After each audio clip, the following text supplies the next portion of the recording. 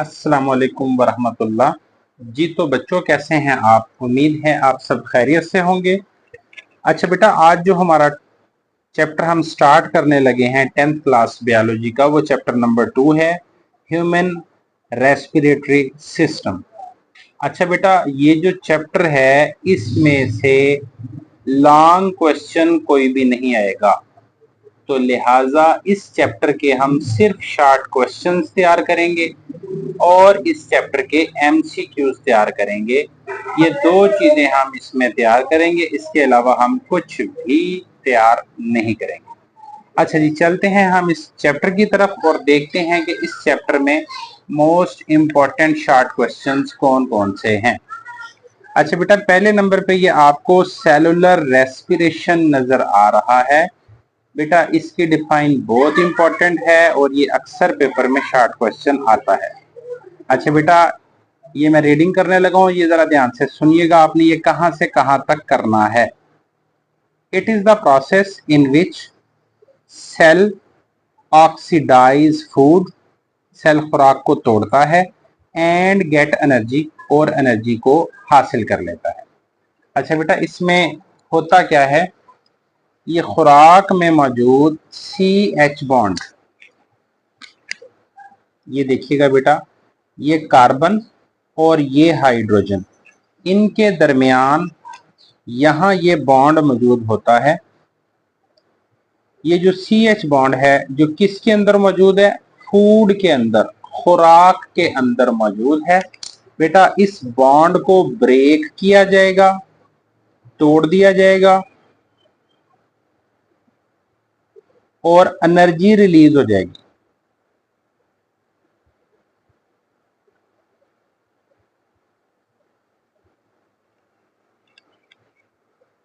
Energy किस form में release होगी? In the form of ATP, adenosine triphosphate की शक्ल में एनर्जी रिलीज हो जाएगी बेटा।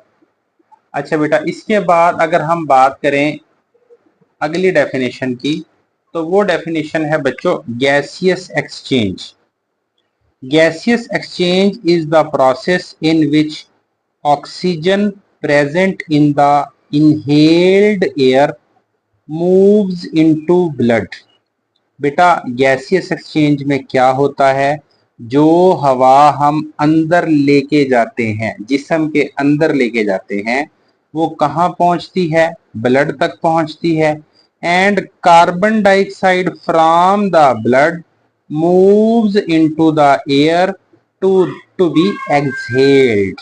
वो बता रहे हैं कि नंबर एक तो हम हवा को अंदर लेके जाएंगे और खून तक उसको हम पहुंचाएंगे, और इसी तरह बेटा जो कार्बन डाइऑक्साइड खून में मौजूद होगी उसको हम बाहर निकालेंगे। बेटा इस पूरे प्रोसेस को कहते हैं गैसियस एक्सचेंज। ये भी अक्सर पेपर में डेफिनेशन आ जाती है, बड़ा इंपॉर्टेंट शॉर्ट क्वेश्चन है ये भी बेटा। अच्छा बेटा, इसके बाद ब्रीथिंग की डेफिनेशन की हम बात करेंगे। Breathing is the process in which animal move air in and out of their body. बेटा ब्रीथिंग के अंदर हम क्या करते हैं, हवा को अंदर लेके जाते हैं ताकि ऑक्सीजन को ले सकें, और हवा को बाहर निकालते हैं ताकि कार्बन डाइऑक्साइड को बाहर निकाल सकें। लिखा हुआ ना, इट इज डन, ये ब्रीथिंग का अमल किया जाता है टू गेट ऑक्सीजन, ऑक्सीजन को हासिल करने के लिए, फ्रॉम द एयर, हवा में से, and to release carbon dioxide, और कार्बन डाइऑक्साइड को बाहर निकालने के लिए। ये जो प्रोसेस होगा इस प्रोसेस को क्या कहेंगे? इसे कहेंगे ब्रीथिंग का अमल। अच्छा बेटा, इसके बाद एक और अक्सर ये शॉर्ट क्वेश्चन बन जाता है कि रेस्पिरेशन और ब्रीथिंग में क्या डिफरेंस है बेटा। तो ये आपने याद रखना है बेटा कि respiration is a chemical process. Respiration कौन सा अमल है बेटा? केमिकल अमल है। While breathing is a physical process, जबकि ब्रीथिंग का अमल जो है वो कौन सा प्रोसेस है? वो बेटा फिजिकल प्रोसेस है। अच्छा बेटा, इसके बाद ह्यूमन रेस्पिरेटरी सिस्टम की हम बात करेंगे बच्चों। बेटा ये शॉर्ट क्वेश्चन बन सकता है कि ह्यूमन रेस्पिरेटरी सिस्टम के कितने कंपोनेंट्स हैं, तो आपने बताना है human respiratory system consist of two major parts, that is air passageway and the lungs. Air passageway हवा के गुजरने का रास्ता और लंग्स फेफड़े, ये दोनों मिलकर ह्यूमन रेस्पिरेटरी सिस्टम कहलाते हैं। अच्छा बेटा, अगर आपसे एग्जामिनर पूछे कि व्हाट इज एयर पैसेजवे, एयर पैसेजवे क्या है, तो आपने बताना है वो रास्ता जिसमें से हवा गुजरकर जिस्म में दाखिल होती है और फिर जिस्म से हवा निकल के वापस बाहर आती है। ये लिखा हुआ है when air enter the body, जब हवा जिस्म के अंदर दाखिल होती है, it passes through connected tubes, तो हवा कनेक्टेड ट्यूब्स के अंदर से गुजरती है। जैसे नॉस्ट्रिल है, नॉस्ट्रिल के बाद, चले मैं आपको लिख के देता हूं बेटा, जैसा कि बेटा पहले नंबर पे तो आ गया ना जी नॉस्ट्रिल,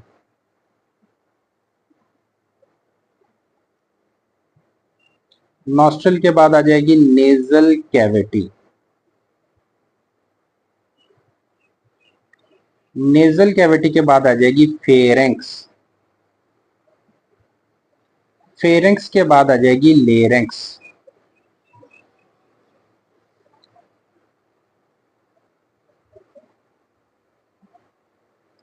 लेरेंक्स के बाद आ जाएगी बेटा ट्रैकिया,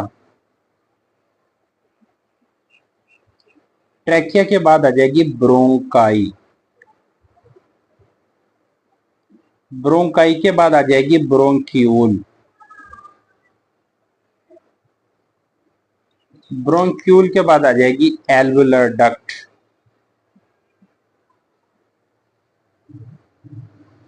और एल्वुलर डक्ट के बाद आ जाएगी एल्वियोलाई। अब बेटा ये जो कंप्लीट रास्ता मैंने आपके सामने बना दिया है, इस पूरे पैसेज ऑफ फूड को, हवा के गुजरने के रास्ते को क्या कहते हैं? एयर पैसेज वे। क्या कहते हैं? एयर पैसेज वे, हवा के गुजरने का रास्ता। हाँ बेटा, ये जो हवा के गुजरने का रास्ता है वो इन्हीं टिब्यूल्स की बात कर रहा है। It passes through the connected tubules. ये वाले जो मैंने नाम लिखे हैं ये सारे क्या है? कनेक्टेड टिब्यूल्स हैं बेटा। अच्छा बेटा, टू रीच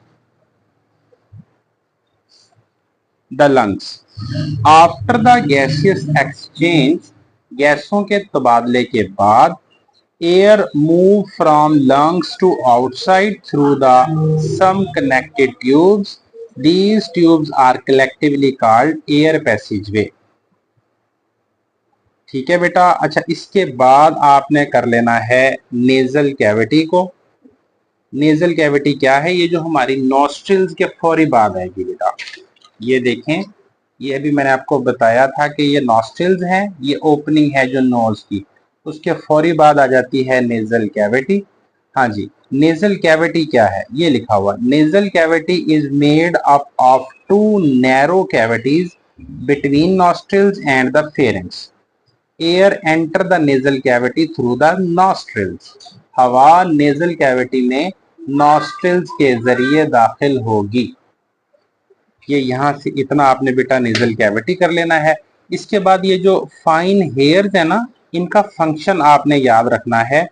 ये ट्रैप करते हैं लार्ज डस्ट पार्टिकल्स को। हवा में जो डस्ट के बड़े जर्रात हैं उनको पकड़ना, ये फाइन हेयर्स का काम है जो हमारी नोज के अंदर मौजूद हैं। इसी तरह जो म्यूकस है उसका काम स्मॉल डस्ट पार्टिकल्स को कैप्चर करना है। अच्छा बेटा, इसके बाद जो अगला टॉपिक है, अगले शॉर्ट क्वेश्चंस हैं, वो मैं आपको नेक्स्ट वीडियो में समझाता हूं। मजीद इंफॉर्मेटिव वीडियोस के लिए हमारे इस चैनल को जरूर सब्सक्राइब कर लें। इंशाल्लाह आपको कंप्लीट बायोलॉजी तैयार करवाई जाएगी।